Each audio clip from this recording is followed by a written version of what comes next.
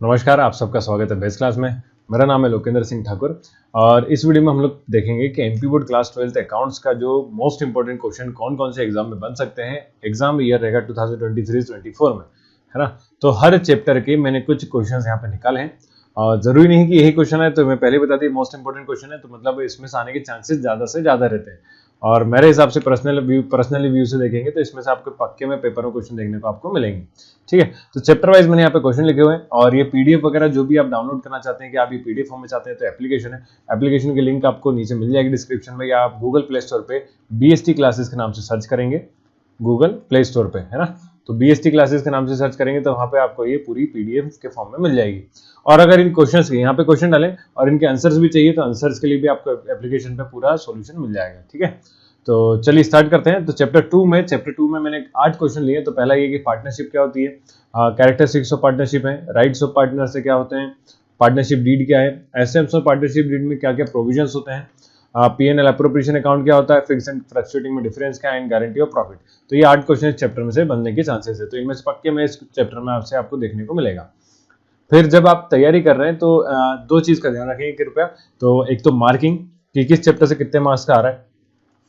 जैसे कि किसी चैप्टर से 4 नंबर का आ रहा है तो 4 नंबर में आपके 2 चैप्टर यहाँ पे लिए हुए हैं। चैप्टर 6 है ना। चैप्टर 6 में 4 नंबर में से 2 नंबर का एक क्वेश्चन बनता है और इसके अलावा आपका चैप्टर नंबर 11 है, इसमें से भी 2 मार्क्स का क्वेश्चन बनता है। तो चैप्टर 11 जो है वो बहुत ही लेंथी चैप्टर है। अकाउंटिंग रेशियो खूब सारे रेशियोज होते हैं, तो उसमें से कुछ गिनती के 4-5 रेशियोज मैंने लिए हुए हैं। तो आपको ज्यादा फोकस इसको सबसे आखिरी में पढ़ना है, अकाउंटिंग रेशियो को, इसलिए आप क्या करेंगे सबसे आखिरी में। और ये 5 जो रेशियो कम से कम पहले तो ये पढ़ लें, उसके बाद अगर रेशियो पढ़ने की इच्छा है तो वो आप बुक से अपने कवर कर सकते हैं। फिर इसमें हमने 2 चैप्टर के इंपॉर्टेंट क्वेश्चन नहीं लिए हैं, जो कि चैप्टर 7 एंड चैप्टर 8 है। चैप्टर 7 आपका अकाउंटिंग फॉर शेयर कैपिटल होता है और चैप्टर 8 जो है वो आपका अकाउंटिंग फॉर डिबेंचर्स है। तो ये दोनों चैप्टर जो है वो कवर करते हैं 24 मार्क्स। कितने कवर करेंगे? 24 मार्क्स। तो 24 नंबर अगर ये कवर कर रहे हैं तो इसलिए आपको ये चैप्टर पूरा पढ़ना है, इसमें से इंपॉर्टेंट के चक्कर में ना पड़े। तो सबसे पहले जो शुरुआत है वो कहाँ से करें? चैप्टर 7 से और चैप्टर 8 से। ठीक है, तो इसमें जनरल एंट्रीज भी हैं और थ्योरीज भी, क्वेश्चन भी खूब सारे बनते हैं। तो आप अपनी बुक लीजिए, जिस भी बुक से आप पढ़ रहे हैं उस बुक में आपको सारे इसके क्वेश्चन देखने को मिल जाएंगे। तो ये आपको कंप्लीट चैप्टर पढ़ना है पहले, उसके बाद आप लोग स्टार्ट करेंगे चैप्टर नंबर कहाँ से? फर्स्ट सेकंड वाला जो है पार्टनरशिप बेसिक कॉन्सेप्ट। चैप्टर 1 आपका रिड्यूस हो गया था नॉन प्रॉफिट ऑर्गेनाइजेशन, तो आपको उसको समझने की जरूरत नहीं है। ठीक है, सेकंड चैप्टर है रिकंस्टिट्यूशन ऑफ पार्टनरशिप फॉर्म। तो रिकंस्टिट्यूशन में जनरली गुडविल आया था टॉपिक। तो गुडविल क्या होता है, गुडविल के टाइप क्या है, कौन कौन से फैक्टर हैं जो गुडविल का अफेक्ट करेंगे, और मेथड क्या होती है गुडविल को कैलकुलेट करने की। तो 3 मेथड जनरली देखने को मिलेंगी अपने को, रेड गुडविल, डॉग गुडविल और कैट गुडविल। फिर एक आता है डिफरेंस बिटवीन शेयर सेक्रीफाइसिंग या गेनिंग रेशियो, या दोनों क्या होते हैं, व्हाट इज सेक्रीफाइसिंग और गेनिंग रेशियो। इसके बाद चैप्टर 4 में से आपको मिलते हैं एडमिशन ऑफ पार्टनर में। एडमिशन ऑफ पार्टनर का मतलब क्या है, किन किन कंडीशनों में एडमिशन ऑफ पार्टनर करने की जरूरत है, डिफरेंस क्या होता है सेक्रीफाइसिंग और गेनिंग में। फिर ये गुडविल नहीं, गुडविल होगा GOO। तो यहाँ गुडविल की 5 जनरल केसेस बन सकते हैं। तो इन केसेस से न्यूमेरिकल भी बनता है, थ्योरेटिकल भी बनता है। तो उन 5 की जनरल एंट्रीज आपको लिखना होगी। गुडविल की केसेस क्या है, ट्रीटमेंट ऑफ गुडविल क्या है। फिर what do you mean by revaluation account, revaluation account क्या होता है, और जनरल एंट्रीज ऑफ रिवैल्यूएशन। तो रिवैल्यूएशन की जनरली 8 एंट्री जनरल एंट्री आपको लिख के आना है। ठीक है भाई। फिर आता है चैप्टर 5 रिटायरमेंट ऑफ पार्टनर। तो रिटायरमेंट ऑफ पार्टनर में पहला क्वेश्चन आता है कि रिटायरमेंट ऑफ पार्टनर का मतलब क्या है, किन किन कंडीशन में पार्टनर रिटायर होता है। ये एक्सपल्शन ऑफ पार्टनर क्या होता है, ये क्वेश्चन बनता है। फिर method of payment due to retiring partner. तो ये 4 मार्क्स का क्वेश्चन है और 4 मार्क्स में इस चैप्टर में मोस्ट इंपोर्टेंट क्वेश्चन में से एक ये बनता है। ठीक है, तो आप इसको कर ही लें। फिर what do you mean by death of partner और एग्जीक्यूटर कौन होता है, ये क्वेश्चन यहाँ पे बनता है। फिर चैप्टर 6 जो आपको मैंने बताया थ्योरेटिकल क्वेश्चन 2 नंबर का क्वेश्चन है। तो थ्योरेटिकल में इसमें जो क्वेश्चन बनेंगे वो कौन कौन से हो सकते हैं।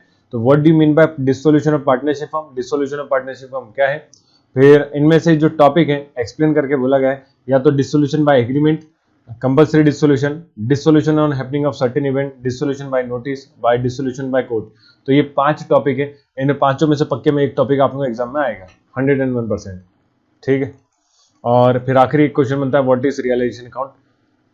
चैप्टर 7 आपको बता ही दिया पूरा पढ़ना है। चैप्टर 9 और 10 जो है वो ऑलमोस्ट सेम चैप्टर है, इसमें आंसर आप चेक करेंगे तो दोनों का सेम है, लेकिन चैप्टर अलग अलग है। एक का नाम है अकाउंटिंग फॉर फाइनेंशियल स्टेटमेंट, दूसरा का नाम है accounting for analysis of financial statement. तो एनालिसिस ऑफ फाइनेंशियल स्टेटमेंट कैसे करते हैं, तो लेकिन दोनों में जो आंसर आते हैं वो ऑलमोस्ट सेम है। तो आप अगर एक ही का आंसर पढ़ लेंगे तो भी दूसरा आंसर एक बार रीड लगाना है आपको और कुछ नहीं करना, और वो आपको क्लियर हो जाएगा। जैसे कि फाइनेंशियल स्टेटमेंट का मीनिंग क्या है, ऑब्जेक्टिव क्यों बना रहे हैं, बैलेंस शीट क्या होती है, यूजेस और importance of characteristics of financial statement. तो ये कैरेक्टरिस्टिक्स मतलब 3 टाइप से पूछते हैं, कैरेक्टरिस्टिक्स के नाम से, इंपॉर्टेंस के नाम से और यूजेस के नाम से। फिर लिमिटेशंस ऑफ फाइनेंशियल स्टेटमेंट क्या है और what are the tools of financial analysis. तो फाइनेंशियल एनालिसिस करने के लिए कौन कौन से टूल्स होते हैं, तो 6 टूल देखने को आपको मिलेंगे। फिर चैप्टर 11 जो है अकाउंटिंग रेशियो, तो अकाउंटिंग रेशियो में what is accounting ratio, 4 types of accounting ratio कौन कौन से हैं, तो 4 टाइप के जो रेशियो आपको वो आंसर में लिखना है और उन चारों को अगर डेफिनेशन याद कर लेंगे तो और ही बेहतर हो जाएगा क्योंकि 2 नंबर का आएगा। फिर what is gross profit ratio, what is current ratio, what is stock turnover ratio. तो ये क्वेश्चन आपको अकाउंटिंग रेशियो में पढ़ना है। और चैप्टर 12 जो है इसमें है right the objective of cash flow, cash flow के ऑब्जेक्टिव क्या है, limitations of cash flow statement, meaning of fund flow statement. तो एक यहाँ पे क्वेश्चन रह गया जो मैंने आखिरी में लिख दिया, इसलिए what is the meaning of cash flow statement. तो कैश फ्लो स्टेटमेंट का मीनिंग क्या है, क्या मतलब होता है। फिर difference between fund flow and cash flow और 3 टाइप्स ऑफ एक्टिविटी। तो 3 टाइप की एक्टिविटी जनरली है इसमें। तो 3 activity, financial activity, operating activity और इन्वेस्टमेंट एक्टिविटी।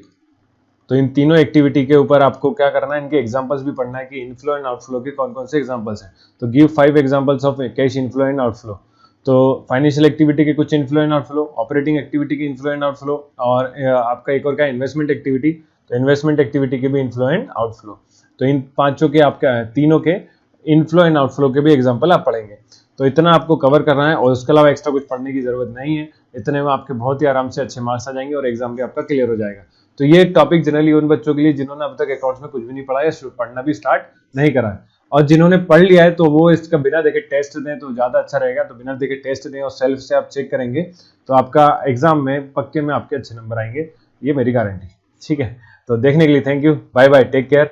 आपको कुछ डाउट वगैरह होते हैं तो आप मुझे एप्लीकेशन पे मैसेज कर सकते हैं। तो एप्लीकेशन का लिंक इसलिए मैंने दिया हुआ है, तो एप्लीकेशन नीचे दिया है। और एक बार बताता हूँ, बीएसटी क्लासेस के नाम को एप्लीकेशन आपको एंड्रॉइड पे मिल जाएगी, बीएसटी क्लासेस। बीएसटी नाम इसलिए, ये वो वाला नहीं है ना, बीटीएस वाला नहीं है, ये बीएसटी मतलब होता है भैया के नाम से है, भूपेंद्र सिंह ठाकुर, बीएसटी क्लासेस। ठीक है, देखने के लिए thank you, bye bye, take care.